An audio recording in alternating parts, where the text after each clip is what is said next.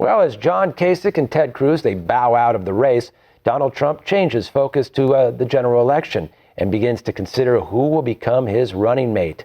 One America's Chris Pocock has more on what Trump is looking for in the presidential candidate and who might be on his short list to earn a spot on his ticket.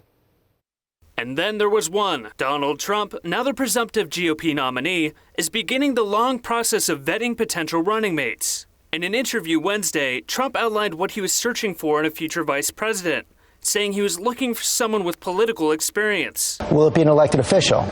Most likely, and it will be probably a person with political experience because, while I've been in the world of politics all my life, the business I will handle so well will bring our jobs back and will bring our economy back. But I do want people to, I would like to have somebody that could truly be good with respect to dealing with the Senate, dealing with Congress. Political analysts believe former GOP rival John Kasich may be at the top of that list, with Trump himself suggesting he would be in the running. I would be interested in vetting John. I like John. I've had a good relationship with John. I think John will be very helpful with Ohio, even as governor. Helpful it certainly would be, given that no Republican has ever won the presidency without winning the state of Ohio. The position might be a hard sell for Kasich, however, who just 2 months ago dismissed he would ever consider being anyone's running mate. There is zero chance I will be anybody's vice presidential candidate. But will you period. endorse him? End of story. Oklahoma Governor Mary Fallin, who endorsed Trump earlier Wednesday,